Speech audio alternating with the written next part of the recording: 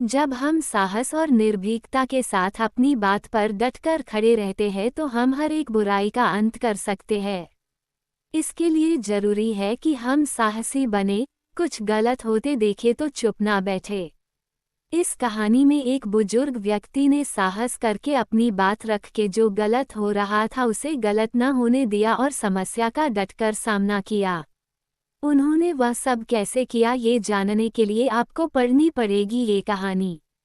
एक दिन सेवक फूलदानों की सफाई कर रहा था। सफाई करने के दौरान उसका हाथ एक फूलदान से लग गया और वह गिरकर टूट गया।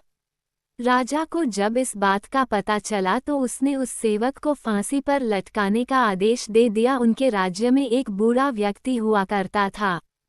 जब उसको ये बात पता चली वो फौरन राजा के पास गया और उस फूलदान को जोड़ने की बात कही और वह फूलदान रखे हुए स्थान पर पहुंचा।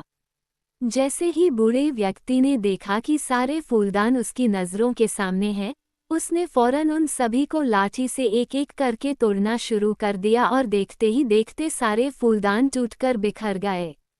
राजा इस बात से बहुत क्रोधित हुआ और बोला, अरे मूर्ख, तुमने ये क्या कर दिया?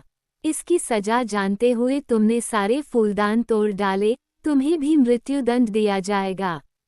इस पर बूढ़े व्यक्ति ने दृढ़ता से जवाब दिया, महाराज, एक फूलदान के पीछे आप किसी को मृत्युदंड दे देते हैं।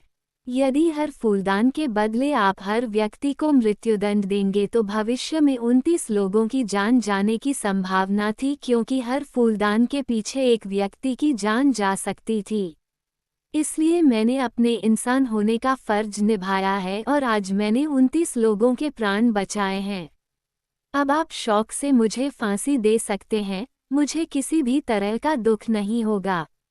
बूढ़े व्यक्ति के साहस ने राजा की आंखें खोल दी।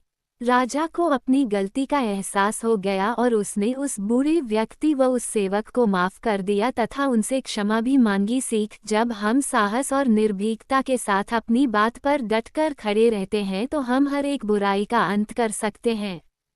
इसके लिए जरूरी है कि हम साहसी बने, कुछ गलत होते देखें तो चुप न बैठें। साहस और चरित्र का मेल ही कामयाबी दिलाता है।